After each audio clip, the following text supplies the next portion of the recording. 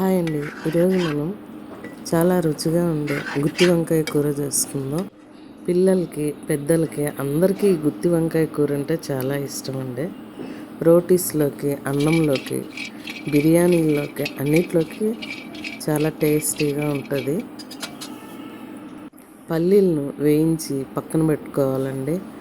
చిన్న ఆనియన్స్ ఒక 3, తర్వాత వంకాయలు ఇవన్నీ కూడా రెడీగా పెట్టేసుకొని, వంకాయలకి పైన తొడిమ దగ్గర ఉన్న చుట్టూ ఉన్నదాన్ని తీసేసి పీల్ రెడీగా ఉంచుకోవాలండి. తర్వాత వాటన్నిటిని కట్ చేసి, ఈ వంకాయలు పెద్దగా ఉన్నాయని చెప్పి నేను హాఫ్గా కట్ చేశానండి. ఒక గిన్నెలో నీళ్లు తీసుకొని దాంట్లో ఒక 2 స్పూన్లు సాల్ట్ వేసి రెడీగా ఉంచుకొని, వంకాయను అలాగా హాఫ్ కట్ చేసి దాన్ని అలా గుత్తి వంకాయలాగా కట్ చేయాలండి. ఇవి మరీ పెద్దగా ఉన్నాయని చెప్పేసి అలా కట్ చేశాను. చిన్నగా ఉంటే గుత్తిలాగే కట్ చేసుకోండి. కట్ చేసిన వంకాయలన్నిటినీ సాల్ట్ వాటర్లో వేయడం వలన మనకు కలర్ మారకుండా ఉంటాయండి. అన్నింటినీ కట్ చేసి సాల్ట్ వాటర్లో వేసి పెట్టుకోవాలి.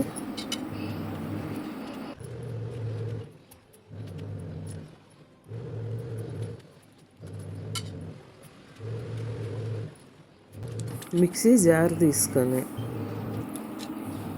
కొబ్బరి, పల్లీలు, నువ్వులు వీటన్నిటిని 2 స్పూన్లు తీసుకోండి. తర్వాత పసుపు 1/2 స్పూను, కారపొడి స్పూను, ధనియాల పొడి 1 స్పూను, 1/2 స్పూన్ జీలకర్ర పొడి, సరిపోయేంత సాల్ట్, చిన్న నిమ్మకాయ అంత చింతపండు కూడా వేసి ఒక 1/2 స్పూన్ షుగర్ కూడా వేయండి. వేసి మెత్తని పొడి చేసుకోవాలి. తర్వాత చిన్నగా కట్ చేసిన ఆనియన్స్, మనం ముందుగా కట్ చేసి పెట్టుకున్న వంకాయలన్నింటినీ నీళ్ళలో నుంచి తీసి గట్టిగా పిండేసి మనము మిక్సీలో పొడి చేసుకున్న పొడిని కొంచెం కొంచెం వాటికి మధ్యలో అంతా కూర్చాలన్నమాట. స్టవ్ మీద కడాయి పెట్టి దాంట్లో 3 గరిటెల ఆయిల్ వేసుకోవాలి.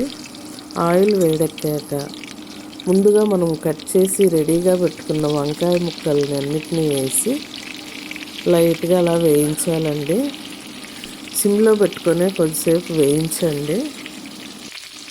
వేగిన వంకాయలన్నిటినీ రెండో వైపు కొంచెం టర్న్ చేయండి. వాటిని స్టవ్ సిమ్లో పెట్టుకొని వంకాయలన్నిటినీ వేయించుకోవాలండి. తర్వాత వాటిపైన మూత పెట్టేసి 2 నిమిషాలు ఉంచాలి.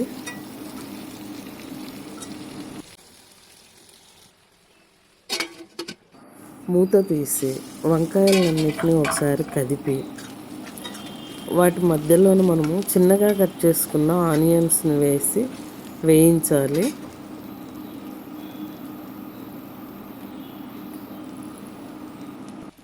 వంకాయలు 50% ఉడికిపోయాయి కాబట్టి మెల్లగా వాటిని కదుపుతూ రెండింటిని బాగా మిక్స్ చేసి మరొక 2 నిమిషాలు మూత పెట్టాలండి.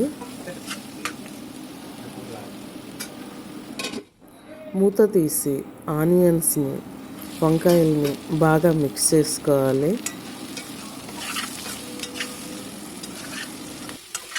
మిక్సీ జార్లో ఉన్న పొడినంతటిని వంకాయల్లో వేసేసి బాగా వేయించుకోవాలి.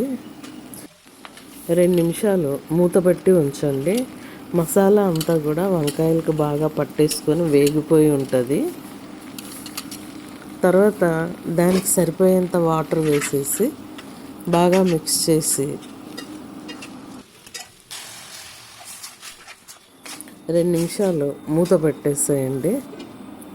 వాటర్లో ఉన్న మసాలా వంకాయకి అంతటికి బాగా పట్టేసి చాలా టేస్ట్గా ఉంటుందండి. చివరిగా సాల్ట్ కరెక్ట్గా చూసేసుకొని వేసుకోండి. ఇక మన కర్రీ అయిపోయినట్టే, వడ్డించుకోవడమే.